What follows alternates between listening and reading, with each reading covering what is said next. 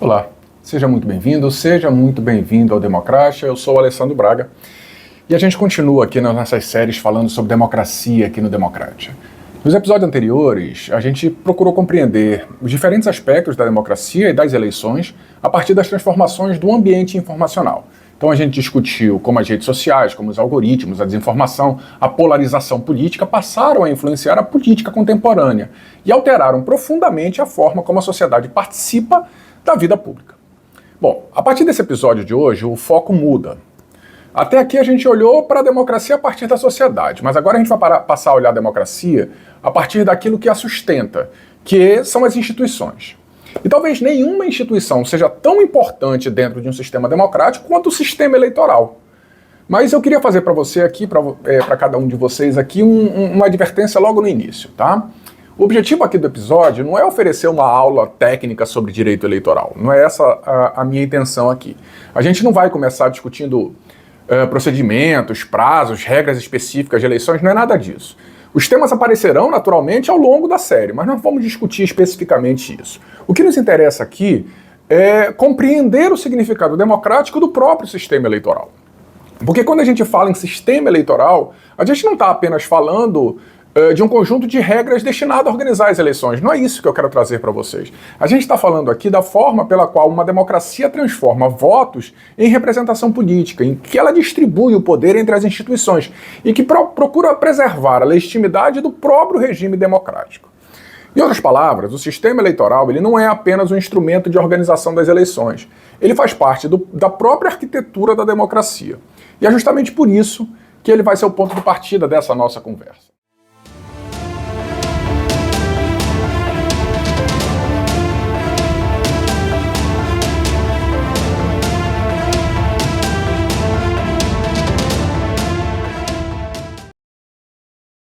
Bom, então vamos lá. Vamos começar falando agora de democracia representativa e de representação política.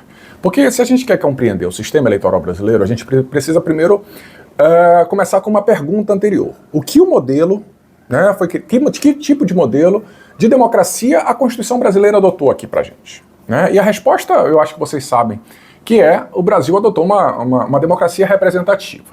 Mas essa afirmação, ela não costuma ser repetida com tanta frequência e quando é repetida, ela muitas vezes deixa de refletir o verdadeiro significado dela, né? A democracia representativa significa que o poder político pertence ao povo, mas ele é exercido, em regra, por representantes escolhidos, por meio de eleições periódicas, tá? E esse modelo ele não surgiu por acaso. Ele resulta da constatação de que sociedades complexas e cada vez mais complexas não conseguem tomar todas as suas decisões diretamente. Ou seja, um Estado moderno ele precisa decidir diariamente sobre orçamento, sobre políticas públicas, infraestrutura, educação, saúde, segurança, relações internacionais e uma série de outros assuntos que exigem atuação permanente. E aí a representação política foi a forma encontrada pelas democracias para tornar possível esse processo decisório, sem abandonar o princípio da soberania popular. Mas tem um aspecto aqui que merece atenção. Tá? Na democracia representativa, o voto ele não representa uma transferência definitiva da soberania para quem foi eleito. O voto ele representa uma delegação. Os cidadãos autorizam determinadas pessoas a exercerem funções públicas por um período determinado e dentro dos limites estabelecidos dentro da Constituição e do sistema normativo. Os representantes, portanto, eles governam em nome do povo, mas permanecem submetidos às leis, às instituições de controle e principalmente ao julgamento dos próprios eleitores nas eleições seguintes. A gente chama isso de accountability. Essa característica ela é fundamental porque demonstra que a democracia representativa combina duas ideias igualmente importantes. De um lado, a legitimidade conferida ao voto. Né? De outro lado, a limitação do exercício do poder. E é justamente por isso que a Constituição de 88 afirma que todo poder emana do povo, mas estabelece que esse poder será exercido por meio de representantes eleitos dentro de uma ordem constitucional que também prevê mecanismos de controle, de fiscalização e de participação popular. Portanto, a representação política ela não significa apenas escolher governantes. ela também cumpre outras funções essenciais para o funcionamento da própria democracia. A primeira dessas funções essenciais, é permitir que a diversidade na sociedade brasileira esteja presente nas instituições políticas. Aqui o Brasil é um país marcado por profundas diferenças sociais, por profundas diferenças econômicas, culturais e regionais. A representação, ela procura transformar essa pluralidade em presença no processo de tomada de decisões. A segunda função é permitir que os conflitos próprios de uma sociedade democrática sejam resolvidos por meio das instituições. As democracias, elas não existem para eliminar divergências, elas existem para transformar as divergências em decisões legítimas. O parlamento, os partidos políticos e as eleições, eles fazem parte desse processo de mediação permanente entre interesses que são muitas vezes conflitantes. E ainda existe uma terceira função que também é igualmente importante. Representar significa decidir. E quem decide em nome da coletividade precisa prestar contas das suas próprias decisões. A representação política, ela está, portanto, diretamente associada à responsabilidade democrática. Os representantes, eles recebem um mandato, eles exercem esse mandato por tempo determinado e permanecem sujeitos ao controle da sociedade. Portanto, essas três funções aqui, representar a pluralidade da sociedade, mediar conflitos e produzir responsabilidade política, explicam por que a representação ocupa uma posição central nas democracias contemporâneas. E elas também explicam por que o sistema eleitoral é tão importante. Se a democracia depende de representação, alguém precisa definir como essa representação será constituída. E é exatamente a partir daí que entra o sistema eleitoral. Então, por que os sistemas eleitorais importam? Vamos lá. Se a democracia representativa depende da escolha de representantes, então a pergunta seguinte é: como essa escolha deve ser organizada? E é aqui que entra o sistema eleitoral. Muitas vezes a gente imagina que esse sistema eleitoral existe apenas para definir quem venceu uma eleição. Mas a função do sistema eleitoral é muito mais ampla do que isso. O sistema eleitoral, ele é um mecanismo que transforma a vontade política da sociedade em representação institucional, ou seja, ele é a ponte entre os cidadãos e o Estado. E essa ponte que liga um e outro, ela nunca é neutra. Toda democracia precisa fazer escolhas, ela precisa decidir quem será representado, como será essa representação e quais os valores pretende privilegiar quando organizam as suas eleições. Algumas democracias optam, por exemplo, por sistemas que facilitam a formação de governos estáveis. Outras preferem ampliar a pluralidade da representação, ainda que isso torne o processo político mais complexo. Por isso, não existe um sistema eleitoral universalmente considerado como o melhor de todos. O que existe são modelos diferentes, porque cada sociedade enfrenta diferentes problemas e atribui pesos distintos a valores igualmente importantes para a democracia. Essas escolhas produzem consequências muito concretas, porque elas influenciam a forma como os partidos se organizam, elas condicionam as estratégias dos candidatos, elas interferem na composição do parlamento, elas moldam a relação entre o executivo e o legislativo. Em outras palavras, o sistema eleitoral, ele ajuda a definir como a política será praticada. Mas tem um outro aspecto aqui que eu considero ainda mais importante. Os sistemas eleitorais, eles ensinam à sociedade como a democracia funciona. Porque dependendo das regras adotadas, eles estimulam determinados comportamentos e desencorajam outros comportamentos. Por exemplo, em alguns países, a política ela tende a ser mais concentrada. Em outros, ela tende a ser mais plural.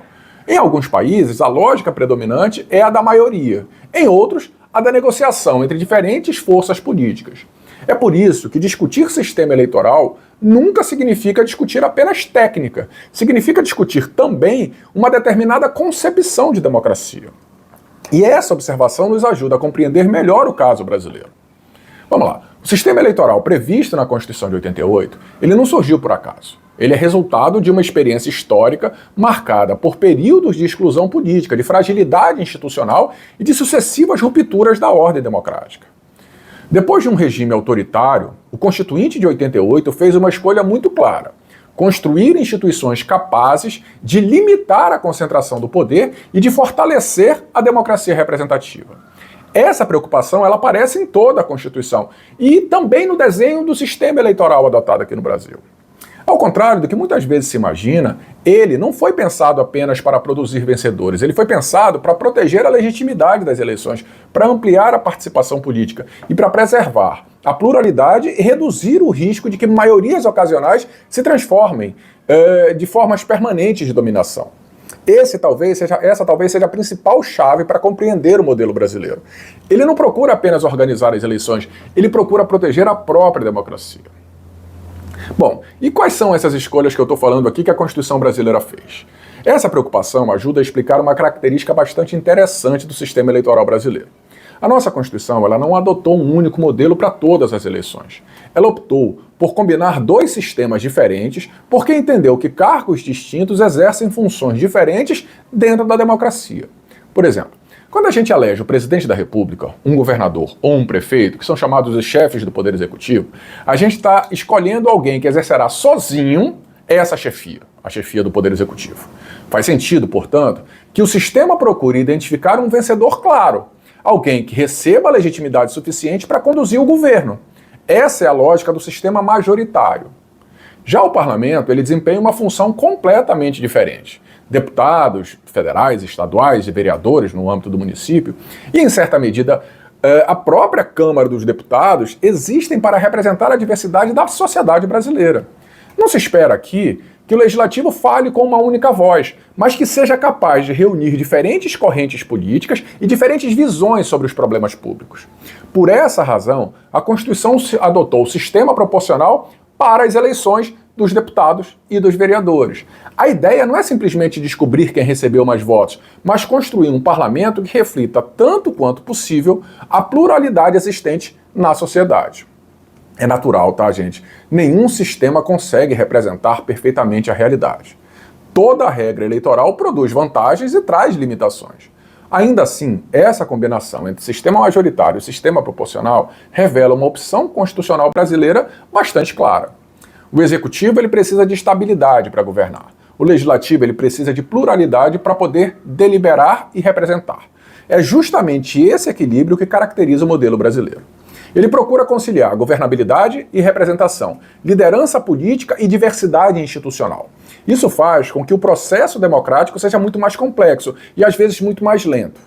Mas essa complexidade não representa necessariamente uma deficiência, porque ela decorre justamente da própria ideia de que o poder, em uma democracia constitucional, deve ser compartilhado e deve ser permanentemente limitado. Essa talvez seja a principal característica do sistema eleitoral brasileiro. Ele não foi desenhado para concentrar poder, ele foi desenhado para distribuir o poder. E essa escolha produz consequências importantes para o funcionamento da democracia brasileira, tanto no que o sistema incentiva, quanto naquilo que ele procura evitar. Mas que incentivos são esses que eu estou falando aqui produzidos pelo sistema eleitoral? Bom, até aqui nós vimos que o sistema eleitoral brasileiro resulta de escolhas constitucionais bastante conscientes. A Constituição, ela combinou o sistema majoritário e o sistema proporcional porque procurou equilibrar duas exigências igualmente importantes para a democracia. De um lado, a necessidade de formar governos capazes de exercer liderança política e, de outro lado, a necessidade de preservar a pluralidade da representação parlamentar. Mas todo o sistema eleitoral, ele traz consequências. Em outras palavras, toda regra institucional ela cria incentivos que acabam influenciando de forma clara como a política é praticada. Por exemplo, no caso brasileiro, esses incentivos apontam para uma democracia construída sobre a negociação e o compartilhamento do poder. O sistema eleitoral adotado, portanto, aqui no Brasil, ele estimula a existência de diferentes correntes políticas, favorecendo a representação de interesses regionais e sociais, e interesses esses que são distintos muitas vezes, e faz com que a formação das maiorias parlamentares dependa quase sempre da construção de coalizões. Esse aspecto costuma ser interpretado de maneira negativa, como se a necessidade de negociar fosse um sinal de fraqueza institucional. Mas, na realidade, ela decorre da própria lógica da Constituição de 88. Em uma sociedade plural como a sociedade brasileira, o poder ele não deveria estar concentrado em uma única força política, mas sim distribuído entre diferentes instituições e diferentes atores, de modo que as decisões mais relevantes fossem resultado do diálogo e da composição de interesses. Claro, naturalmente, isso torna a política muito mais complexa. Governar exige capacidade de articulação, habilidade para construir consensos e disposição para negociar com quem pensa diferente. Em determinados momentos, esse processo pode parecer até lento e frustrante. No entanto, essa dificuldade não decorre de uma falha do sistema. Ela é consequência de uma escolha democrática que procura impedir que a vitória eleitoral seja interpretada como uma autorização para governar sem limites, porque não é nada disso. Ao mesmo tempo em que incentiva a negociação, o sistema eleitoral brasileiro também dificulta determinadas práticas. Ele torna mais difícil a formação de maiorias automáticas e permanentes. Ele reduz a possibilidade de concentração excessiva do poder e obriga diferentes grupos políticos a conviverem dentro das instituições. Assim, em vez de permitir que uma eleição resolva definitivamente todas as disputas políticas, o sistema brasileiro parte da premissa de que a democracia é um processo contínuo de construção de consensos e de administração de conflitos. Essa talvez seja uma das características mais importantes da nossa arquitetura constitucional. A democracia ela não termina quando as urnas são fechadas. Pelo contrário, ela continua funcionando todos os dias, por meio de instituições como o parlamento, dos partidos políticos, dos mecanismos de controle previstos pela própria Constituição. Aliás, tem um episódio que fala de Pierre Rosan Vallon, em que eu aprofundo um pouco mais esse pensamento de que a democracia não acaba nas urnas. Bom, mas o que o sistema eleitoral procura proteger? Quando a gente observa o sistema eleitoral brasileiro apenas sob a perspectiva das suas dificuldades, a gente corre o risco de perder de vista aquilo que ele procura proteger. No fundo, toda a arquitetura institucional foi construída para preservar três valores que são essenciais à democracia representativa. O primeiro deles é a liberdade do eleitor. Não basta que existam eleições. É preciso que elas sejam periódicas, livres, competitivas e capazes de produzir alternância no exercício do poder. O voto representa o principal instrumento de legitimação democrática e, por isso, ele deve ser exercido em condições que assegurem a liberdade de escolha e a autenticidade da vontade popular. O segundo valor é a pluralidade política. A sociedade brasileira é marcada por profundas divergências, diferenças econômicas, sociais, culturais e regionais. Um sistema eleitoral comprometido com a democracia, ele não pode ignorar essa diversidade. Ao contrário, ele deve criar condições para que ela encontre espaço nas instituições e participe do processo de tomada de decisões. Por fim, o sistema procura proteger a própria legitimidade democrática. Quando as regras eleitorais distribuem poder entre diferentes instituições e exigem que decisões relevantes sejam construídas por meio da negociação democrática, aumenta-se a probabilidade de que os resultados sejam aceitos pela sociedade, mesmo por aqueles que não saíram vencedores da disputa eleitoral. É claro, tá, gente? Eu sei disso. Nenhum sistema eleitoral elimina os conflitos completamente. As democracias continuarão convivendo com divergências profundas e muitas vezes com disputas intensas entre diferentes projetos políticos. A grande diferença é que essas disputas deixam de ser resolvidas pela força e passam a ser resolvidas dentro das instituições, seguindo regras previamente conhecidas e aceitas por todos. É justamente essa a principal função do sistema eleitoral. Mais do que escolher governantes, ele organiza o modo pelo qual o conflito político é transformado em representação legítima e em exercício constitucional do poder. Bom, vamos agora para o nosso encerramento desse episódio de hoje.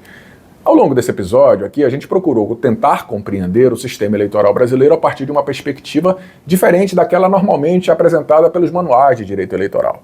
Porque em vez de analisar apenas as regras e os procedimentos, eu tentei trazer aqui uma compreensão das escolhas democráticas que deram origem à nossa arquitetura institucional.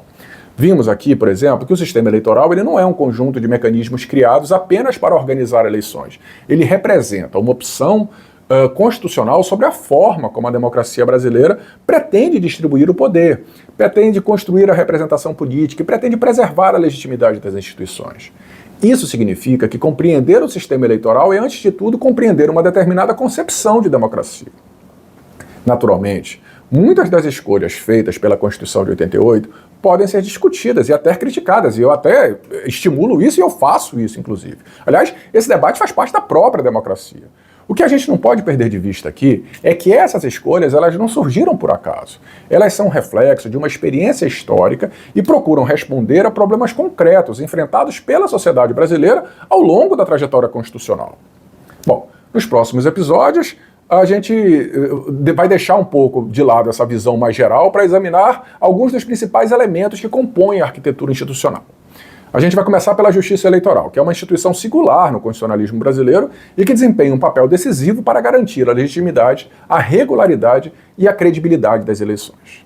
Então, se você gosta desse tipo de conteúdo, se você chegou até aqui, receba meu muito obrigado. Não esqueça de se inscrever no canal, de compartilhar com quem gosta de falar sobre democracia, sobre eleições e de deixar seu like aqui para que eu possa continuar produzindo conteúdos assim. Então a gente se encontra no próximo episódio. Até lá. Tchau.